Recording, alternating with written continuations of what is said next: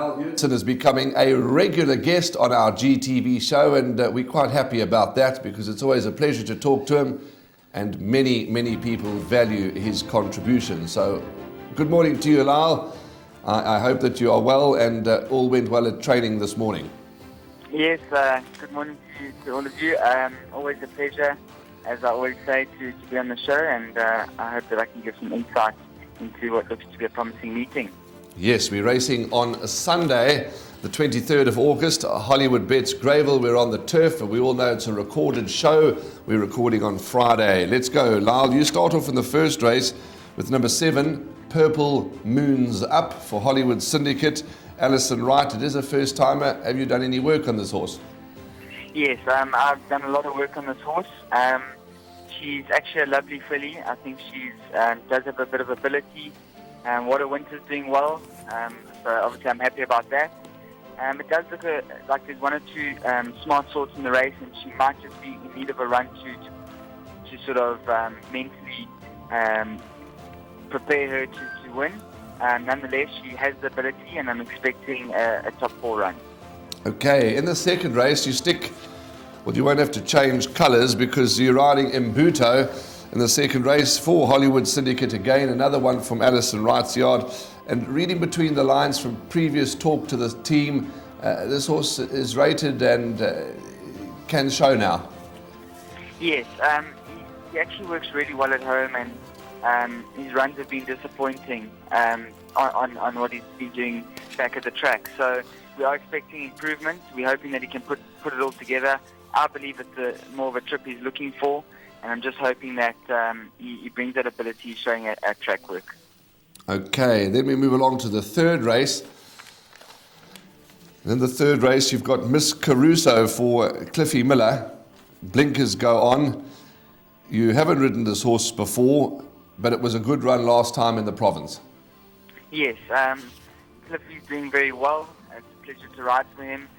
This horse had solid form in Kimberley, and the debut run in the province, as you mentioned, was a good one. So any more improvement from there could be a horse with a bit of value. Now, the fourth race is a 97 handicap. An interesting runner is a horse that's 52 plus a half you're putting up, positively drawn. And we know that it is light, fairly light, and no surprise to see you take a ride like this and prepare to do the sweating and the necessary preparations, because Mohican looks to have an obvious chance. Yes, this horse is highly rated. The early form was very good. The only real disappointment of a run was when Mohican stepped up over the 1800, so maybe there is a little concern over this trip. But that run looks too bad to be true. So if it is what this individual is looking for, the ability is there, and is another one that probably could surprise at best here. Okay, I'm just making some notes, as I always do, to repeat your comments on race day. So Mohican, in your opinion, obviously a must in all bets. Yes, I would include Mohican. I just know that the reputation the horse has, and some of those runs are really eye-catching. So definitely a horse that, when putting it all together, has the ability. Race 5, you're going to be riding Tree Tumbo for your stable, the stable of Sean Tarry, in those lovely chocolate colours of the orange and chocolate colours of Mr. Javitt. We've had Sean in the studio before, and we've touched on this horse.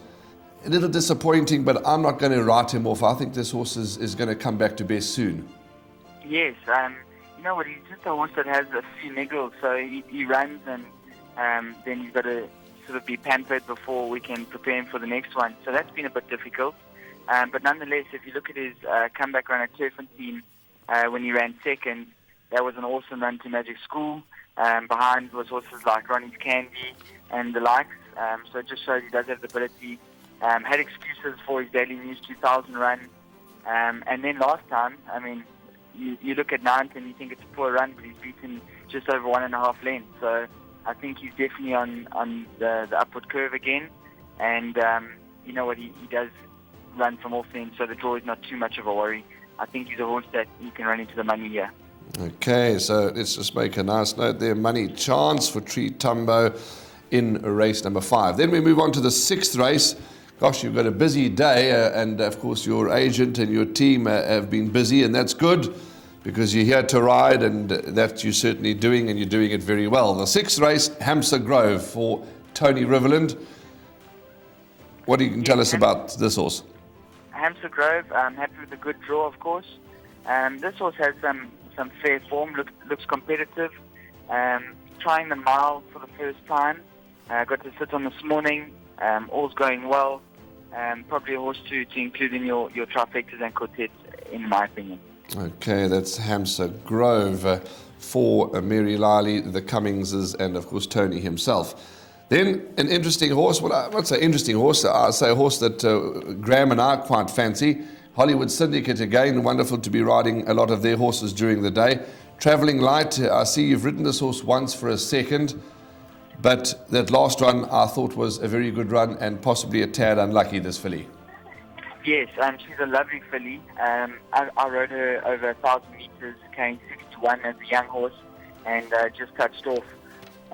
She does have a lot of ability. I'm touch and go whether she gets to 1,400, but I haven't sat on her for a long time. So as with maturity, maybe she'll get it now. Mr. Puller knows what he's doing, and I'm sure prepared very well. A horse with a lot of ability, and like I said, if getting the trip comfortably from a good draw, she's definitely a contender.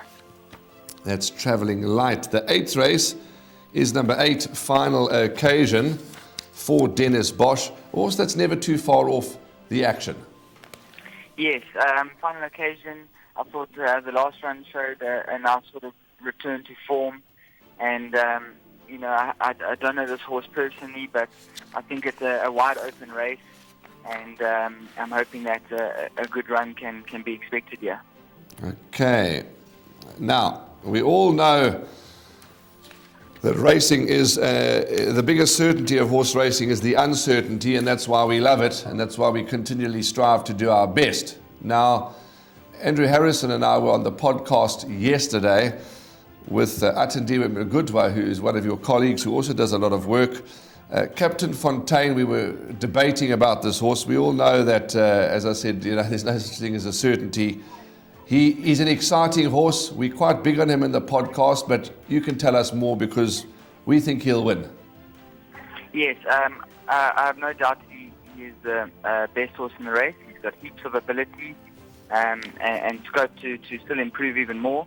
I'd say if there was a negative against him is that he's still an immature youngster, but definitely a lot of ability. Obviously, the extra furlong is going to be more up his alley from a good draw. The form line, there's been 3 winners and a third already. A lot points towards him. And as I said, I'm a fan of his. I think he's a confident chance. Like I said, the only thing against him is his immaturity, but he's a lovely individual. Lyle, before we end, I just want to ask Graham something, and he could contribute as well. Captain Fontaine, while we've got Lyle on the line, yes, we know, as he said, immaturity, etc. But you know your horses, and you know this horse. He looks something exciting, and how nice it would be for Garth to have a horse that could go to the top, possibly. Yeah, also nice for David Ferraris and for the Hong Kong connection. So Lyle, I hear what you're saying, because he seemed to get lost on debut, but putting his act together over the final 300 meters was actually quite spectacular. Yes, it was very impressive. I mean, I didn't expect him to be that green first time out, and obviously he would have learned a lot from it. But yeah, nonetheless, even if he is green in running, if he's still in contention or in half a decent spot turning for home, he definitely has the ability to turn it on. And once he drops into that gear, he's quite an exciting prospect. Lyle, lovely to chat to you. Thanks for your contribution. And we always love to watch your riding and your successes. And we'll be at Hollywood Bets Gravel on Sunday, hopefully talking to you from the winners' enclosure. Thanks for your help. Thank you very much. It's always a pleasure, and I'm sure it'll be a good day's racing. Lovely. Cheers. Bye-bye, Lyle.